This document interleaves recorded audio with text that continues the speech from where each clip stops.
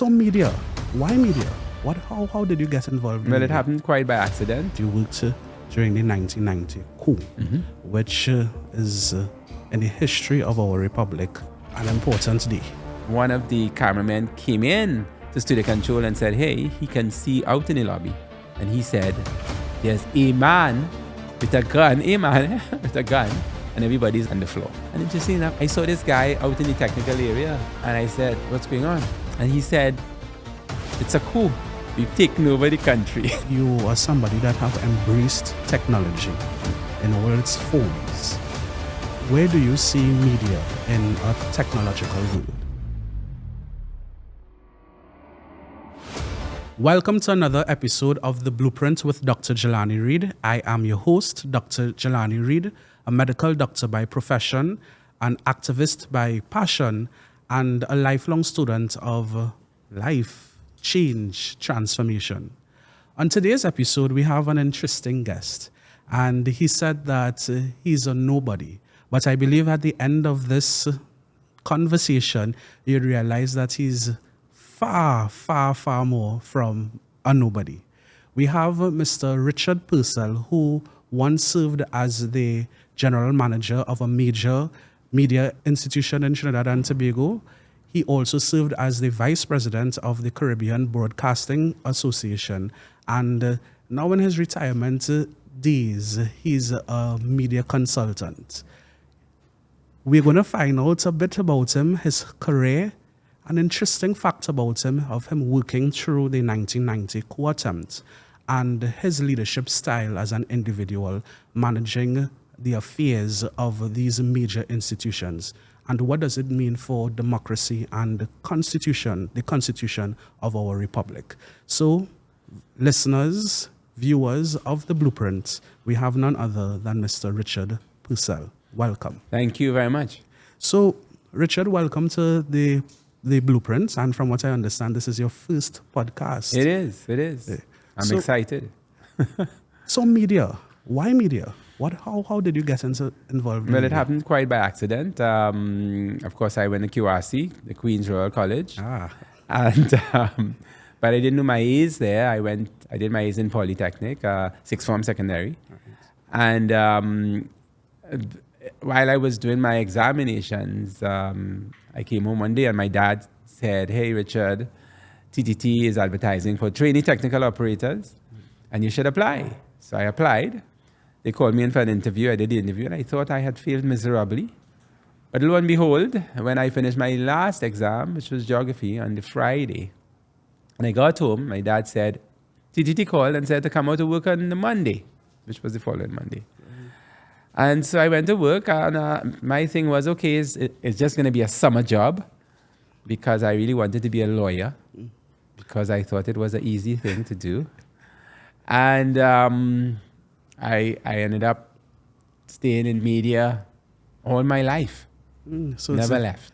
It's the longest summer job in the history of the world. Yeah.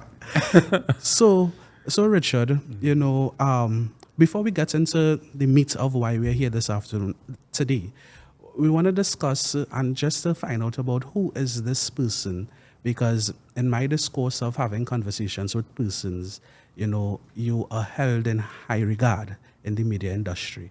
And we want to find out what makes Richard Purcell Richard Purcell. So, for our listeners, first thing that you get up in the morning, what do you do? Well, I check my phone. I look at the international news, usually on CNN. Oh. Now, we did our research on you, and we heard that you're an avid fan of F1 racing. Yeah. Who's your favorite driver?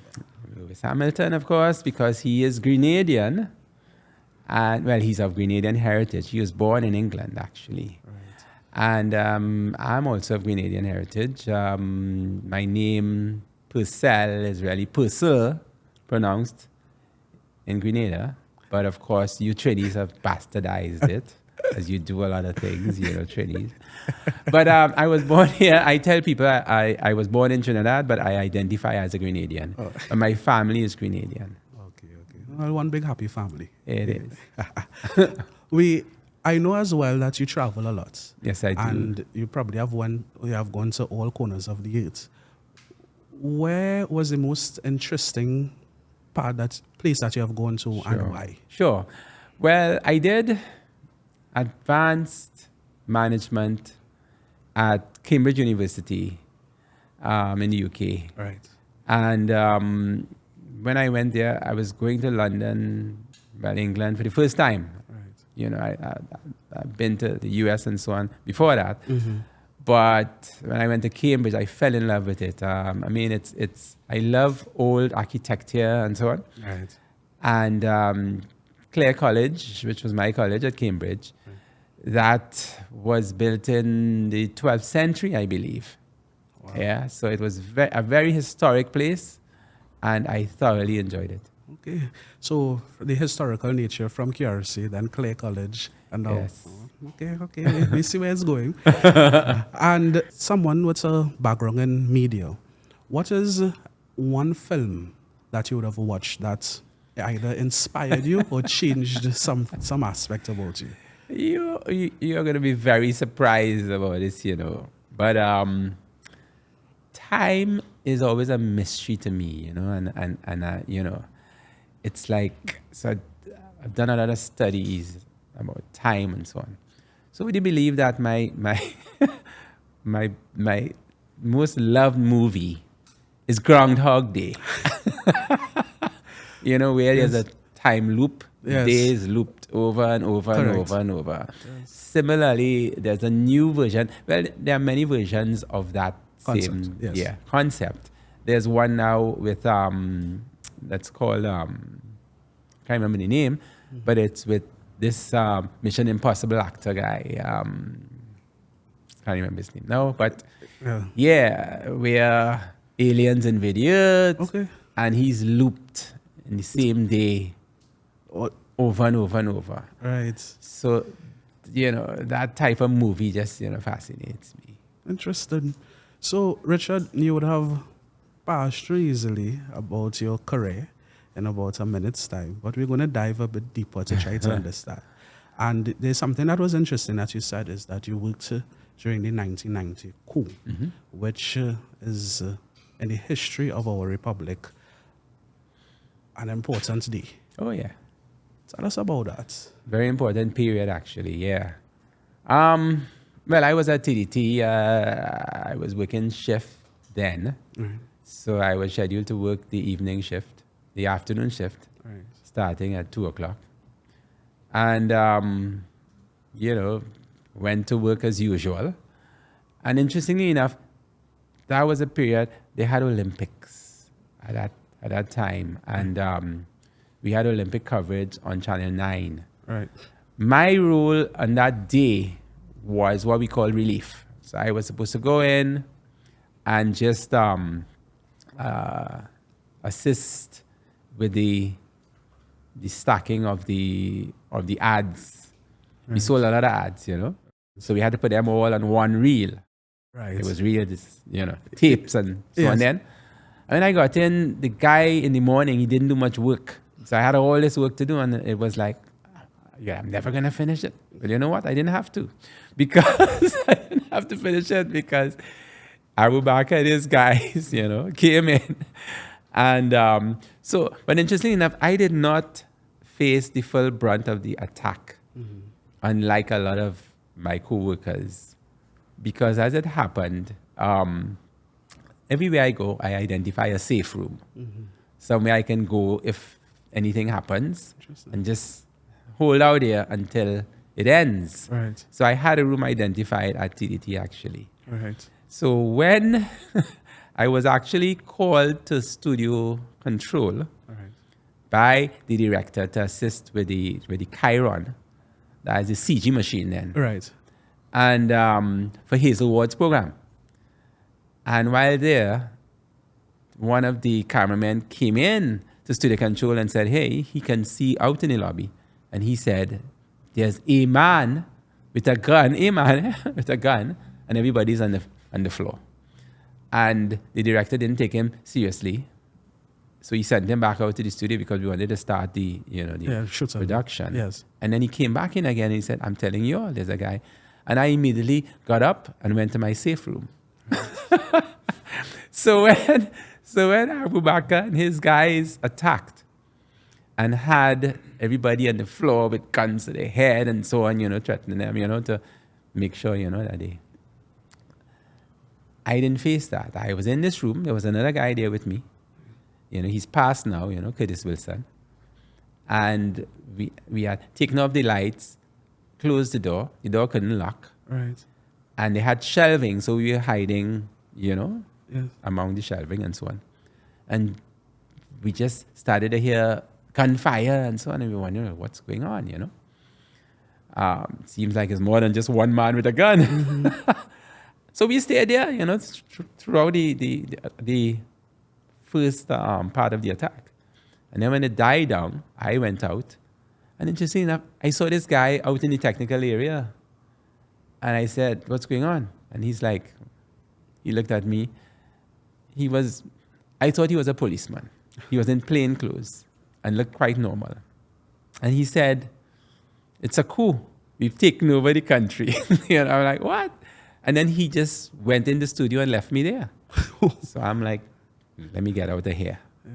But when I went in the corridor, I saw that was when Abu Bakr and his people were coming in with all the newsroom staff. Mm-hmm. They were in another building right next to TDT. Yes. And they were coming in with them under guard down the corridor, through the technical area, into the studio. Right. And I stood there, and they all walked past me. And I went into the studio, almost as if I didn't exist. God was with you. And then, so I said, okay, let me get out. But by then, of course, there were armed guys in the corridors and all over. So I just went back in the studio with everybody else after that. So I didn't have that trauma that they had at first. The trauma was, of course, after. No, but Richard, something like that. Yeah. Some persons would, I'm pretty sure, would have left media. Yeah. You stayed. Yes. Well, we had some guys here who couldn't stay at TT and some guys who couldn't stay in media at all. Because those 6 days, because it was 6 days afterwards, was it? Yeah, I think it was 6 days. Because it was Friday to Wednesday. Mm-hmm. They were horrible, because at first we were at first I went back and said, don't worry, we just need you all to run the station and so on. And but when the next day, when the army surrounded TDT, that's when things got out of hand, And our lives were threatened and so on, They had put us in a room at a time and threatened to blow it up if the army attacked. And of course, the army shoot up the place and so on. So at any moment, we were like, it's possible. We're gonna die. Yeah. It was a seesaw sort of experience, There were highs and lows and highs and lows. I was trying to find humor in everything as a way of compensate. Yes. Well, Yeah. So that was me. But, it was bad. It was very bad, yeah. You said a safe space. You said everywhere you go, you try to identify. Yes. What's the thinking behind that, and where did that come from? The thinking behind that is, remember TDT was my first job. Yes. Yeah.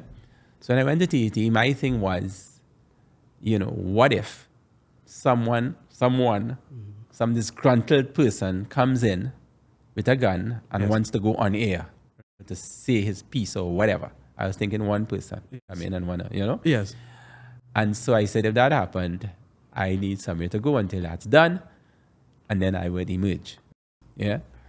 Since then, if I have to spend any time in anywhere, I mean, here, of course, I'm just passing through, but, I always look for a spot that I could just hunker down and just wait out anything. It's interesting how one's experiences tends to have an effect on what we do later on in life. Exactly, it does. And also, in our conversations before, you would have indicated that, your dream and passion was to be a lawyer. And your dad with seeing an ad sent you into media, and you're now in the longest, well, you would have retired actually from the longest summer job. Yes. You know, and that's interesting because as young persons, we have many questions about life. Your question was on time, and I guess for others is about life. Knowing to make when to make a particular decision, how do you know it's the right decision? And when do you get this sense that, okay, yeah, I'm on the right path? Yeah. What was that for you? And you're right, that's life, you know. Life is about recognizing opportunities and deciding which ones you should take and which ones you should just let go, let pass. The problem with that is it's always a hindsight thing, you know. You never really know. But there are some things you could. For example, when I left TDT to go to TV6, you know, to go to form TV6, to start up TV6, a lot of people said, a lot of my co-workers too, and some family, not immediate, said, you're leaving a secure job to go to this thing that might die, you know, next week or whatever, you know. My reasons for leaving then was, were first, hey, I'm here at TDT. I was there for 13 years. Yeah. And I only got so far, you know. I was still a technical operator. So I started as a trainee technical operator, and I was a technical operator after 13 years. Yes, I was doing a lot of things. I was directing. I was doing technical directing. Yes. Yeah. I was producing commercials and so on. But still, you know, I wasn't really moving as I thought I would or should have. So that helped me to make the decision. The other thing was, it's a new company, similar to what, of course, I'm accustomed to.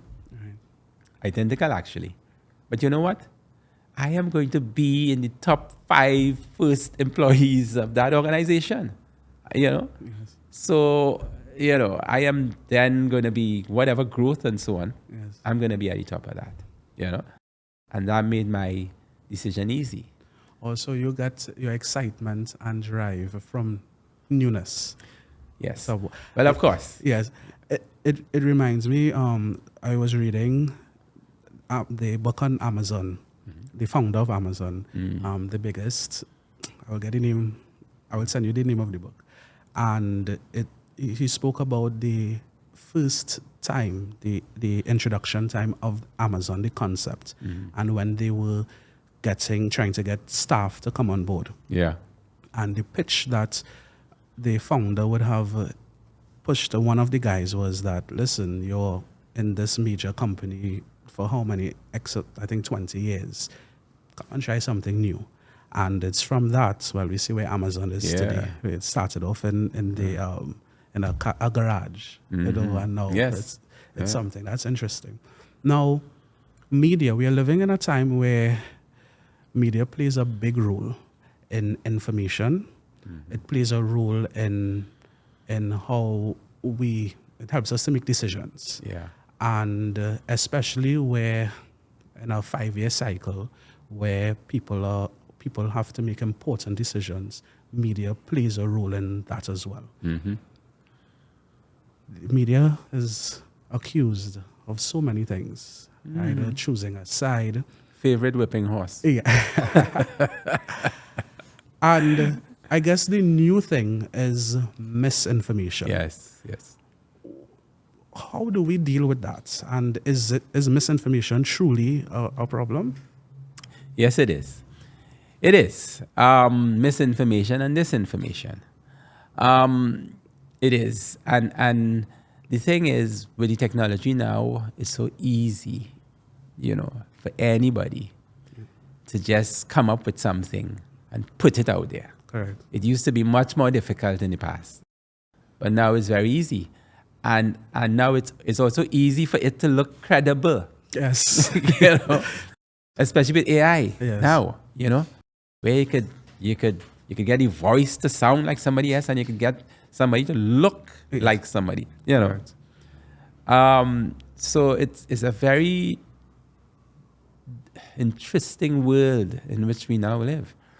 And it's getting harder and harder now to determine what news is credible, what news is real, you know. And there are people now taking advantage of that, you know, who would decide, okay, let me create some chaos here. Yes. Or let me do this in order for my side to win, or my side to look good, my team to, you know, move on, and so on, etc. I don't know what the solution is, except that you have to be, you know, it's like you have to judge based on your experience and your instincts.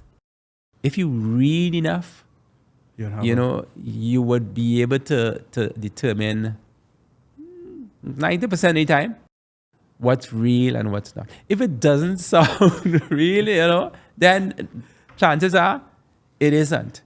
You know, I saw, you know, people, for example, there was something recently on social media with a recording artist, John Legend.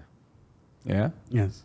Where he was playing his piano and he was singing and so on in some show. And it was, the words were one of Stalin's, Calypso Stalin. The Calypsonian. One of Stalin's songs, you know? And people started to forward that around and so on. You share it. Said, hey, look, John Legend is, you know, singing.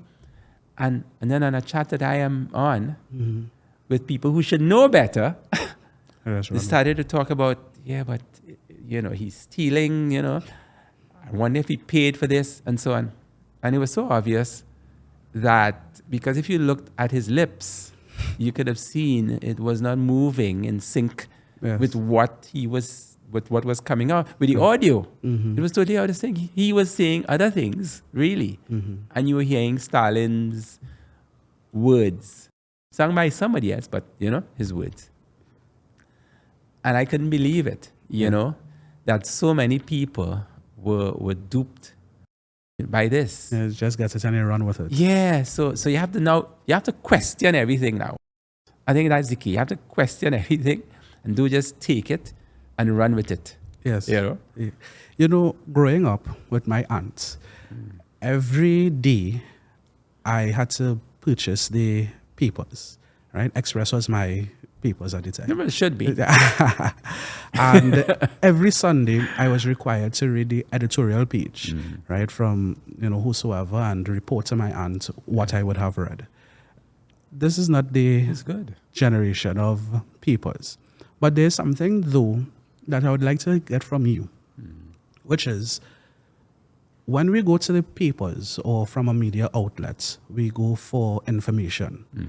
And personally, I find that in the modern world, at least now, we don't necessarily get data or objective work. It tends to be editorialized, opinionated, you know, and it's passing as a piece, a news piece that we should read and take on. What's your view on that, and how do we deal with that, if it does exist, or probably just a personal thing? No. Again, yeah, you know, when you're reading stories in the papers now or anywhere, yeah, you have to look for that. You have to see if it's an editorial. You have to see if it's a letter to the editor too, you know. But you have to look at who wrote it. So even though it may not be an editorial, or it may not be a letter to the editor, it may be that the newspaper, because, you know, they have these people who send in these articles and so on, you know, the newspaper print, you know. You have to look and see, even if it's a legitimate article, you have to look and see who wrote it and what their background is and what may be their bias. But Richard, don't you think that that's something that I shouldn't have to do? Well, yes, but unfortunately, you do. Look at CNN, for example. CNN, I grew up with CNN being, They go news, to, yes, and news, objective, and so on, etc. You look at CNN now, it isn't that objective, is it? It isn't, And so, I mean, yes, we know what Fox News is and so on, but CNN is like the opposite of that. Correct. It's gone now beyond the middle, and so even on CNN, you have to take it with a pinch of salt. You have to take the news with a pinch of salt, Yes. It's just the real thing. So what I do is I go to CNN on mornings to see what's happening in the world, to see if there's a disaster, Right. or if there's a meteorite coming, Yes. something that would affect me, whatever. But when it comes to especially political stories and so on, what I do is I go to as many different sources as I can. Yes. And out of that, I try to ascertain what the middle is. What is the real story here? Don't you think that in a democratic society, especially where we see media as the fourth estate, I believe they call it, that media on a whole has a responsibility to the population? So, for example, in a conversation I was having recently, we are currently in a state of emergency. Yes, we are. And in the discourse, I was brought into understanding that, when you're getting your license, there are certain requirements or commitments you make to the government. But I think airing certain information and that type of stuff. A state of emergency where, the country is dealing with a problem, right? And this is the solution that we have come up with. One would believe that the reporting of such a situation would be more factual, that the population gets the facts, and less to tap in or please the appetite of sensation, right? Commentary, not to push the population in any particular direction, but just to consume what is taking place. Don't you think that there's a responsibility on media to be just that, just the pathway or channel for which we find out what's going on? Yes and no. I think that our responsibility goes beyond that. It goes beyond just reporting the news and so on, etc. If there's something that we see, for example, is not in the best interest of the population, of the populace, I think it's our responsibility to highlight it. Now, how you highlight it, yes, you have to be careful that, you don't be biased, show your particular bias. Right. But the problem is, who determines that? Somebody would have to make the decision on, hey, what's happening here is wrong or whatever, it's not in the best interest of the populace. Yes. So let's do this story a certain way, to bring that out, And of course, therein lies the problem, because whoever is making that decision, could show their particular bias. But, and again, that is why you have to, first of all, you have to go to the media that has been credible and that you trust the most. Yeah. And even in there, you'll get at times, certain biasness and so on, because it's humans. There are human beings inside there and so on. But by and large, I think the media, let me call it the traditional media, which, people call, the newspapers and TV6. Let me push that. The Trinidad Express and TV6 and I-95 and so on. By and large, they are credible organizations. And whereas at times you may get in there, certain biases coming out, by and large, it's responsible reporting. Certainly when compared with social media and some of the people who write stories and so on and publish online. etc. Yes, unvetted There and are just people, I mean, there are people who are paid to do, to cause damage, yes. Yeah. So it's but yeah, it is, as I said before, it is not an easy time when it comes to news and information. So yeah, you just have to be on the lookout for news that is not real. One of your legacies in where you just retired a short while ago is your push towards digital transformation. Yeah. You are somebody that have embraced technology in all its forms. Where do you see media in a technological world? Sure. So let me talk first of all as to what's happening with TV now in Trinidad. So free-to-air is going digital. And what that means for, first of all, the consumers, the people who consume television media, is that free-to-air TV will now have all the bells and whistles of cable. Right. So you'll be able to pause, rewind, binge watch, and so on. The quality is going to be full HD, so it's going to be clean, crisp, and clear. You'll have menus, so you can go to the menu and see what's and so on, etc. So you'll have all those bells and whistles. Then it's going to be, well, of course, it's free. Mm-hmm. It's free there.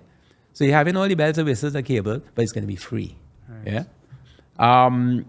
The signal penetration, now this is being guided by TAT, Telecommunications Authority of China, to be clear. Right. And so the idea is that the signal is going to be so strong that you wouldn't need to go up on your roof and put an antenna down. Because if I were to tell somebody, hey, you can now get television free as you used to before, right? But free to air, their first thing will be, I ain't going up on my roof and putting an antenna and that kind of thing. Well, yes. The idea is that you won't have to do that. Mm-hmm. The signal will come straight to the wall. Into your home, you may need an indoor antenna. Yes. But indoor antennas now are like decorative. Yes. Like pictures on the wall, Okay. Yes. I went to England recently, I went to London recently, and I was looking at the apartment I was in, had free-to-air television, and the antenna was like this. Wow. Just sitting right behind the television. Wow. This size, yeah. So, there's that. Now, so the consumer will have that. Now, right now, there are only 4 free-to-air stations in Trinidad. Mm-hmm. Yeah, TV6, CNC3, TTT, and the Parliament Channel. Yes. But the idea that TAT has is that this is going to be so reasonably cost or reasonably priced for the broadcasters to come on board this system, that those who aren't free-to-air now will come on. I think there are like about 16 local channels on cable now. Yeah? The idea is that they will come on under this system. So that free-to-air will have more than the 4 free-to-air channels they now have. And in the States, what's happening is some of the cable companies, the cable stations, are also coming onto free-to-air. Right. So you have ABC and so on the free-to-air, right? So there's that. The advertiser will be able now to target different areas if they want. So in other words, I could decide, let's say I'm KFC. Mm-hmm. I could decide I run in one ad in the TV6 news, right? Say first break or whatever, one ad. And that one ad, I can have different versions of that ad. Go to San Fernando, go to this place, go to Tobago, and so on. Yeah? Tailored to the audience. Yes, it could even get even more. I mean, theoretically, you could target each individual television with a different source of video. Yeah? Of course, that would depend on the broadcaster to have all those different player channels to be able to do that. Yeah? But certainly, broadcasters would be able to play out about 10 channels at any one time, so that you could do areas. Yeah. The other thing is that both from the broadcaster's side and the advertiser side is it could now be measured. One of the issues that, because social media advertising now, is big. Yes. Because it's cheap. Yes. It's targeted. Yes. And it's measurable. Yes. Yeah. So traditional media has been losing advertising revenue because the clients are saying, well, you all aren't measurable because you all haven't had a service since 2012 or whatever. And then, I don't know who I target and so on. But this is going to be measurable because in real time, right? TV6, for example, will be able to see how many people are tuned in to the TV6 news and where they are in real time. So while it's going on, you could look at the back end and see there are 100,000 people looking at this, 16 correct, and so on, etc. Wow. And that is valuable information. Yes. For the advertisers, so that they can see, and see the numbers and so on, etc. So it is, and of course, all of this, you don't need internet to receive the signal. You don't, And then, of course, there's data casting, which I'm looking into now big time, where you'll be able now to send signals other than your broadcast through that. So, for example, you could connect the schools through the Ministry of Education. Yes. Yeah. Yes. They'll be able to send different, whatever, to different schools. Disaster, not just alerts. Yes. Which, of course, we got you can do that, but after disaster too, reaching people when internet is down. Yes. This system is going to be very robust, so that it would be able to withstand storms and so on. Right. So it's fascinating. That is one of the things that I'm still doing. Yes. I'm working with TAT and TV6 on this, and right now we're testing. We have a test signal. Right. And it's gonna get stronger as we go on. And by the third quarter of this year, it is the intention that we would be able to go live with it so that any and everybody could tune into it. And by next year, third quarter of 2026, analog should be switched off completely. Wow. Yeah. So no, you don't need a new television. You could get a television that would accept the signal, but you could just get a box and any old television will do. Wow. So that's fascinating. That's where TV is going. Radio, digital is going to follow. Right. Yeah. Wow. We're moving forward quickly as well. We are. So to wrap up things, media, as we would have gone, plays a very important role. Yes. And in a society like ours, a democratic society, it plays an even more important role. Where the Constitution is concerned and where rights are concerned and responsibilities are concerned, where do you see media as the fourth estate, it being an enshrined right in our Constitution? The media of 2040, 2100 in the new Trinidad and Tobago, where do you see that in where the framework of our Constitution? Here what you asking me. You asking me. Time. In the old days, CEOs used to do 5 and 10 year plans, strategic outlooks, plans, and so on, right? Yes. Now, it is difficult to even plan for the next year. Things are moving so quickly and changing so quickly. It is really difficult. When my boss had asked me, about the future of television and so on, I'm like, I do a set of research. I couldn't say. Yes. But what I did say is that content will always be needed. Right. So let's not look at television and radio. Let's look at content and everything else. Just platforms. Correct. Platforms that you can put the content on. So, two things. So I don't know what's going to happen 20 and 40 years within the framework of our constitution and so on. I think it would still be established within the constitution as a right and so on, etc.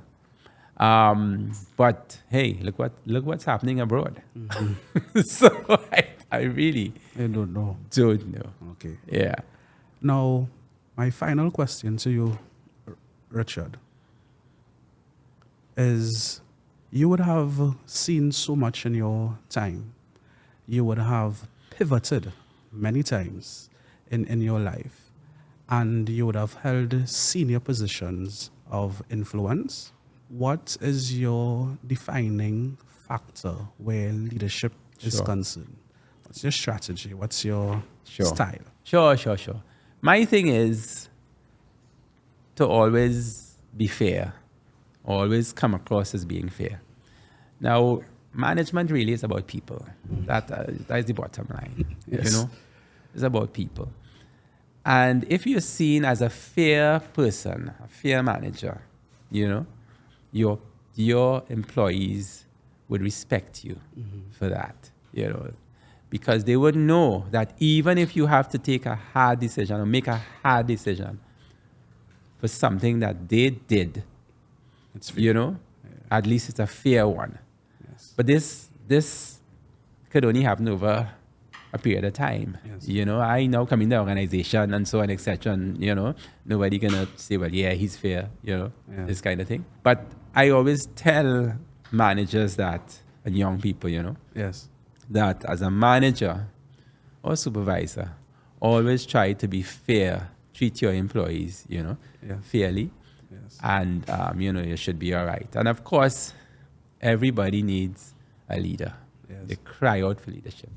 Don't be afraid to lead, make decisions, but more, learn about your employees. Yes. Find out what, you know, beyond just the job, you know, what they do, if they have a family, you know. Yes. If they need help, try to help them. Yes. Try to help them. You have the full weight of the company behind you, you know. Yes. So if they need some assistance, always try to help them. And that has worked fantastically for me. I think, and now that I've retired, I'm hearing, you know, a lot of people coming and saying, boy, you know, it's because of you I'm in television, you hired me. All this I've forgotten. You know, this kind of thing? Yeah. Just forgotten. And that is the best way, because it meant that I did these things without any sort of ulterior motive. Correct, yes. You know? Yes.